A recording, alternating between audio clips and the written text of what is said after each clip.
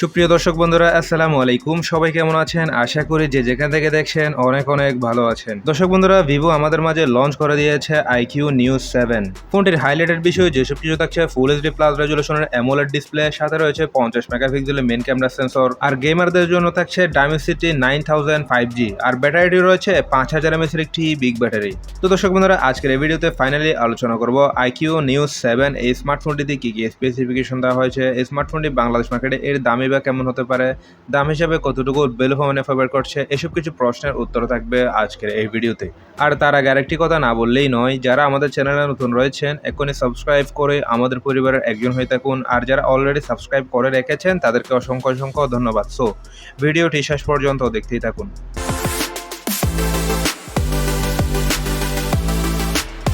প্রথমে যদি এই স্মার্টফোনটির লুক আর বিল কোয়ালিটি নিয়ে যদি কথা বলি, এই ফোনটি দেখতে যথেষ্ট চমৎকার একটি ডিজাইন। ফোনটির রিয়ার প্যানেলটিতে আসলে দেখা যায় খুবই সুন্দর তিনটি ক্যামেরা মডিউল, তার পাশে রয়েছে একটি রুয়াল এলইডি ফ্ল্যাশ লাইট, আর নিচের অংশে আসলেই দেখা যায় IQoo ব্র্যান্ডিং। দেখতে অবশ্যই এই ফোনটির রিয়ার প্যানেলটি যথেষ্ট চমৎকার দেখাচ্ছে। ফোনটির বডি এবং ফ্রেম ম্যাটেরিয়ালে ব্যবহার করা হয়েছে পলিকার্বনেটের, যেটি একটি প্লাস্টিক বডি তৈরি। এর ওজনে রাখা হয়েছে 197 গ্রাম। খুবই স্লিম হালকা পাতলা একটি ফোন, যার কারণে এক হাতেই খুব ভালোভাবে ব্যবহার করা যাবে। এই ফোনটির সিকিউরিটি সিস্টেম হিসেবে দেওয়া হয়েছে ডিসপ্লে ফিঙ্গারপ্রিন্ট সেন্সর, যেটি খুবই ফাস্ট এবং অ্যাকুরেট বলেই জানা গিয়েছে। ফোনটির ফুটস অ্যান্ড বাটন হিসেবে দেখছে power button, volume rocker, speaker guild এবং USB Type-C 2.0। দুঃখের বিষয় হলো সত্যি যে এই ফোনটিতে 3.5 মিলিমিটার হেডফোন জ্যাক ব্যবহার করা যাচ্ছে না, যার কারণে আপনাদের USB Type-C এর মাধ্যমে সব কাজ চালিয়ে নিতে হবে। অবশ্যই এই ফোনটি কয়েকটি কালারে লঞ্চ হবে, ব্ল্যাক, ব্লু, অরেঞ্জ ইত্যাদি কালার লঞ্চ হবে। পার্সোনালি এই ফোনটির কালার এবং এর লুক আর বিল কোয়ালিটি আমার কাছে যথেষ্ট ভালোই লেগেছে। আপনাদের কাছে কেমন লেগেছে অবশ্যই কমেন্ট বক্সে কমেন্ট করে জানাবেন, কারণ দিন শেষে আপনাদের মতামত আমার কাছে অনেক বেশি দামি। এইবারে কথা বলা যাক এই ফোনটির ডিসপ্লে সেকশন নিয়ে। ফোনটির সামনের সাইডটিতে আসলে দেখা যায় 6.78 ইঞ্চির একটি সুপার অ্যামোলেড পাঁচল কাটিং এর ডিসপ্লে, যেটি কিনা ফুল এইচডি প্লাস রেজুলেশনের 388 ppi ডেন্সিটি।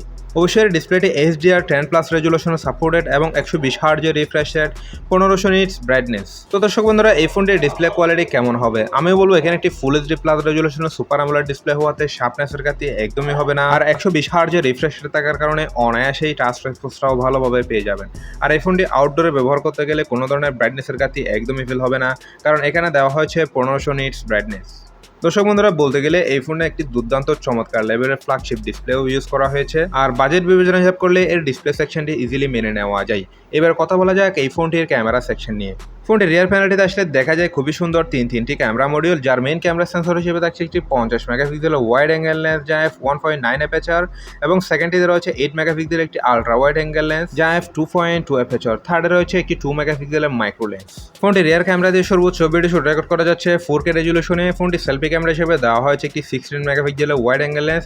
সেলফি ক্যামেরাতে সর্বোচ্চ ভিডিও শুট রেকর্ড করা যাচ্ছে ফুল এইচডি প্লাস রেজুলেশনে। দর্শক বন্ধুরা, এই ফোনটির ক্যামেরা পারফরমেন্স কেমন হবে? তো দর্শক বন্ধুরা, এই ফোনটির ক্যামেরা পারফরমেন্স কেমন হবে আমি বলবো এখানে একটি মেইন ক্যামেরা সেন্সরও দেওয়া হয়েছে ওয়াইস সাপোর্টেড স্টেবিলাইজেশন, আর ভিডিও শুটের ক্ষেত্রে রয়েছে জাইরো EIS স্টেবিলাইজেশন। আপনি একটু নড়াচড়া অবস্থায় খুব ভালোভাবে ফটোশুট করতে পারবেন, আর ভিডিও শুটের ক্ষেত্রে রয়েছে জাইরো EIS স্টেবলভাবে ভিডিও শুটে রেকর্ড করা যাবে। দর্শক বন্ধুরা, এখানে একটি দুর্দান্ত ফ্ল্যাগশিপ লেভেলের ক্যামেরাও পেয়ে যাচ্ছেন, আর আপনারা অনেকেই জানেন ভিভো ফোনের ক্যামেরা পারফরমেন্স কেমন হয়ে থাকে। অবশ্যই যথেষ্ট দুর্দান্ত ফটো কোয়ালিটি পাওয়া যাবেন।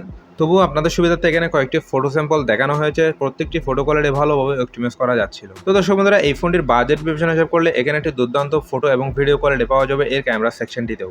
ফোনটির আউট অফ দ্য বক্স আছে Android 12 ভার্সন, আর এই ফোনটির ইন্টারনাল স্টোরেজ টাইপ হিসেবে দেখছে UFS 3.1। অবশ্যই এই ফোনটি কয়েকটি ভ্যারিয়েন্টে লঞ্চ হবে 8GB 128GB এবং 12GB 256GB, 12GB 512GB। আর একটি দুঃখের বিষয় হলো সত্যি যে এই ফোনটিতে দুইটি সিম কার্ড স্লট ব্যবহার করা যাচ্ছে, পাশাপাশি এক্সটার্নাল মেমোরি কার্ড ব্যবহার করা যাচ্ছে না। তো আমার একটি সাজেস্ট থাকবে, এই ফোনটি কেনার আগে অবশ্যই স্টোরেজটা একটু বাড়িয়ে কিনবেন। এবার আসা যাক এই ফোনটির প্রসেসরের সেকশনে। এখানে আসলে দেখা যায় MediaTek Dimensity 9000+ 5G, যেটি 4 nanometer 8 পিক্সেলে বিল করা একটি Qiqoo CPU, আর GPU হিসেবে দেখছে Mali G710 MC10। দর্শক বন্ধুরা, এই ফোনটির প্রসেসরের কোয়ালিটি কেমন হবে আমি বলবো এখানে PUBG, ফ্রি ফায়ার, আশপল9, কল অফ ডিউটি এই ধরনের গেমগুলো অনায়াসে হাই সেটিংসে খেলতে পারবেন, কোনো ধরনের ল্যাগস বা ফ্যান্ডম দেখা দিবেন না। আর যারা multitasking, video editing, photo editing এ ধরনের কাজ করে থাকেন তারা অনায়াসে করতে করতে পারবেন, কোনো ধরনের সমস্যা ফেস করতে হবে না। অবশ্যই এই চিপসেটটি একটি 5G চিপসেট। এটি 2022 সালের লেটেস্ট টেকনোলজি মিডিয়াটেকের ভালো একটি চিপসেট। বিশেষ করে যারা গেমার রয়েছেন তাদের জন্য এটি দুর্দান্ত ফ্ল্যাগশিপ লেভেলের একটি চিপসেট। তো দর্শক বন্ধুরা, এই ফোনটির বাজেট বিবেচনা হিসাব করলে এখানে একটি দুর্দান্ত ফ্ল্যাগশিপ লেভেলের প্রসেসরও পেয়ে যাচ্ছেন। এবার আসা যাক এই ফোনটির ব্যাটারি সেকশনে। এখানে আসলে দেখা যায় 5000 mAh বেশ বড়সড় একটি ব্যাটারি, সাথে রয়েছে 120 ওয়াটের একটি ফাস্ট চার্জার। এই ফোনটি অনলি 50% চার্জ হতে সময় লাগবে অনলি 9 মিনিট। দর্শক বন্ধুরা, এই ফোনটির ব্যাটারি ব্যাকআপ কেমন হবে? আমি বলবো এখানে একটি 4 ন্যানোমিটারের 5G প্রসেসর থাকার কারণে অনায়াসে একদিন প্লাস ব্যাটারি ব্যাকআপটিও পেয়ে যাবেন। তো দর্শক বন্ধুরা, সবকিছু মিলিয়ে এই ছিল প্যাকেজ। এই ফোনটি অলরেডি চায়না এবং ইন্ডিয়ার বাজারে লঞ্চ হয়ে গিয়েছে, হয়তোবা কয়েকদিনের মধ্যে বাংলাদেশ মার্কেটে এই ফোনটি অ্যাভেলেবেল পাওয়া যাবে। ইন্ডিয়ার বাজারে এই ফোনটির বেস্ট ভ্যারিয়েন্টের দাম রাখা হয়েছে 30,999 রুপি, যেটি বাংলাদেশি টাকায় কনভার্ট করলে দেখা যায় 37 থেকে 38,000 টাকার আশেপাশে হবে। তবে এর দামটা একটু কম বেশি হতে পারে, কারণ বাংলাদেশে ডলারের দামটা অনেকটাই বেড়ে গিয়েছে।